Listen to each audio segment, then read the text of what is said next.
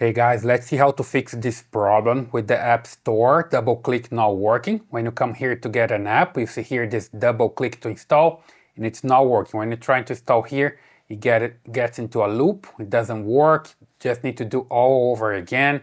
So to solve this, you just need to come here to the settings.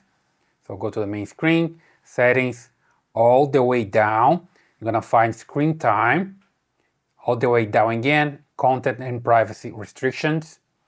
And here just need to enable this and go to the iTunes and App Store purchases. And here you just put this on always require a password.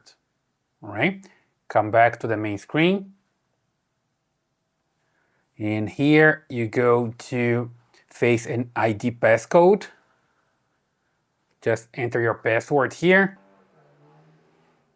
There we go, and here just disable this iTunes and App Store. And then you're good to go. Can come back here to the App Store and install whatever you want. You just need to insert the password and you're good to go.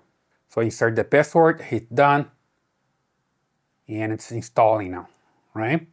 So super simple. Basically, that's the way you can fix this problem with the App Store.